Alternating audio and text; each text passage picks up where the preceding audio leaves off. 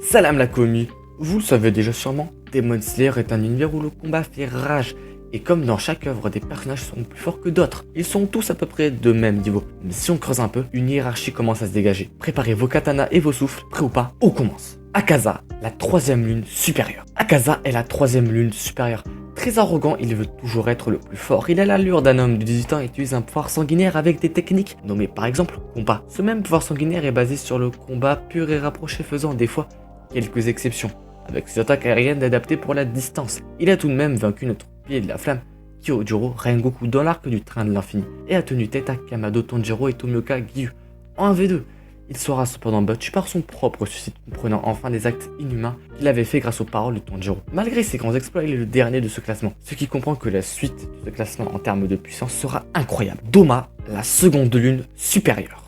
Doma est la seconde lune supérieure, très détendu et ne possédant aucune émotion, il est pourtant très puissant et il a l'allure d'un homme de 20 ans et possède un pouvoir sanguinaire de glace ayant la possibilité de créer des clones de glace possédant les mêmes aptitudes que lui. Il est le créateur de son antre où il prend des humaines en tant que domestique et les dévore ensuite. Oui, Doma aime dévorer les femmes et fait régulièrement la remarque à Akaza sur le fait que lui ne mange pas de femmes et qu'il rate quelque chose. Doma est basé très souvent sur la rigolade, ce qui énerve très souvent Akaza, prêt à prendre la place de seconde lune supérieure. Ses exploits dans le manga sont la mort de Kanai Kocho, ancien pilier de la fleur, et plus tard Shinobu Kocho, pilier de l'insecte actuel, mais se fera affaiblir par Kocho Shinobu grâce au poison qu'elle avait continuellement ingurgité pendant plus d'un an pour empoisonner Doma avec 37 kg de poison glycine, en se faisant dévorer par Doma lui-même afin de venger sa sœur défunte. Il se fera achever par Inosuke Kano, empli de rage devant l'assassinat de Kocho Shinobu et les révélations de Doma sur la mère d'Inosuke jusque-là inconnue. Le pilier de la roche, Gyome Imejima.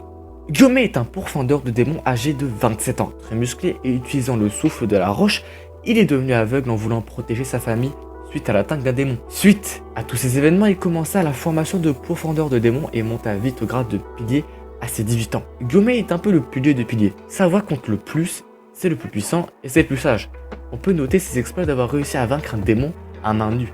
Étant un humain faible, il a aussi tué des centaines de démons et a réussi à développer la marque des Demon Slayer. Une marque donnant un boost de force et de vitesse et de réactivité, mais tuant son utilisateur si celui-ci dépasse les 25 ans. Il a aussi réussi à maîtriser le monde transparent, mais son plus grand prestige reste la victoire face à la première lune supérieure, Kokushibo et Muzan. Il se battra jusqu'à ce que le roi des démons se détruise, quitte à lui laisser sa vie. Il a même été prêt à laisser les soins qui étaient pour lui aux autres pourfendeurs de démons, car la mort était pour lui un moyen de revoir sa famille. La première lune supérieure, Kokushibo.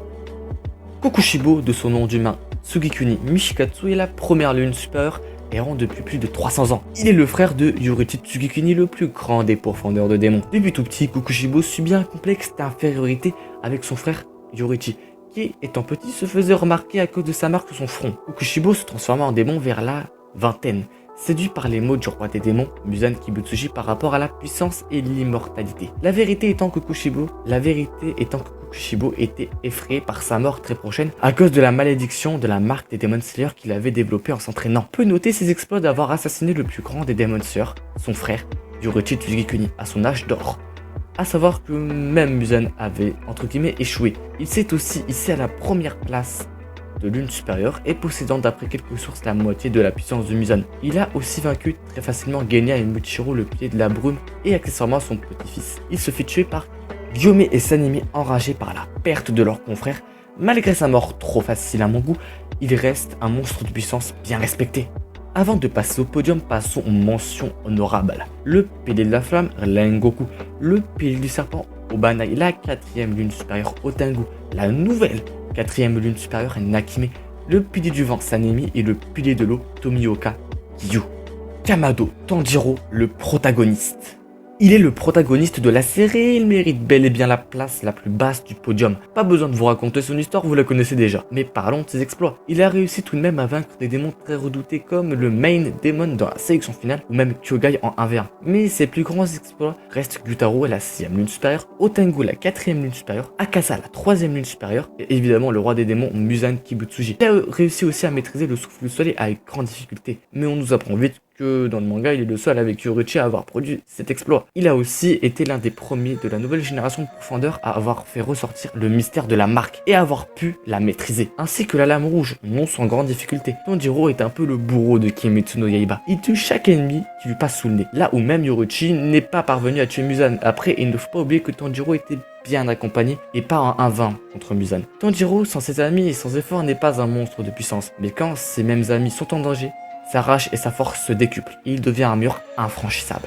Tanjiro a beau être le protagoniste principal, mais bon, il y a deux personnages qui sont à des années-lumière de toute concurrence. Muzan vs Yoruichi. Alors, qui est le meilleur des deux? On va répondre à cette question une bonne fois pour toutes. C'est parti, présentation des deux GOAT.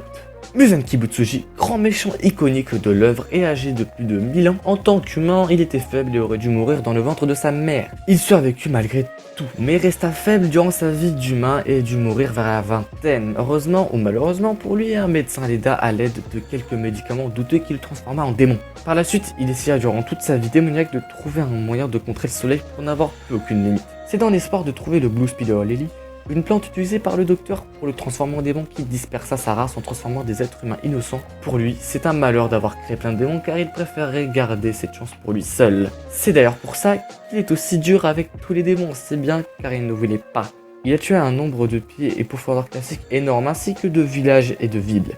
Il se considère lui-même comme une catastrophe naturelle, éradiquant beaucoup de vies légalement selon lui. Il se fit vaincre par Tanjiro Kamado et d'autres Demon Slayers tels que Tomio Kagyu. Cependant, il transforma Tanjiro avant de mourir, voulant à tout prix exercer ses ambitions. Pas dégueu comme palmarès, mais il y a un beau bébé en face. Grâce à de nombreux flashbacks, on sait qu'il était à deux doigts de tuer Muzan Kibutsuji accompagné de Tamayo, et pas mon ketchup malheureusement. Ce qui lui causa un bannissement d'un Demon Slayer Corps. Il a aussi été le créateur du souffle du soleil, étant lui-même la source des autres souffles. Né avec une marque sur la tête, plus tard appelée la marque des Demon Slayers, tout petit, il était déjà extrêmement fort.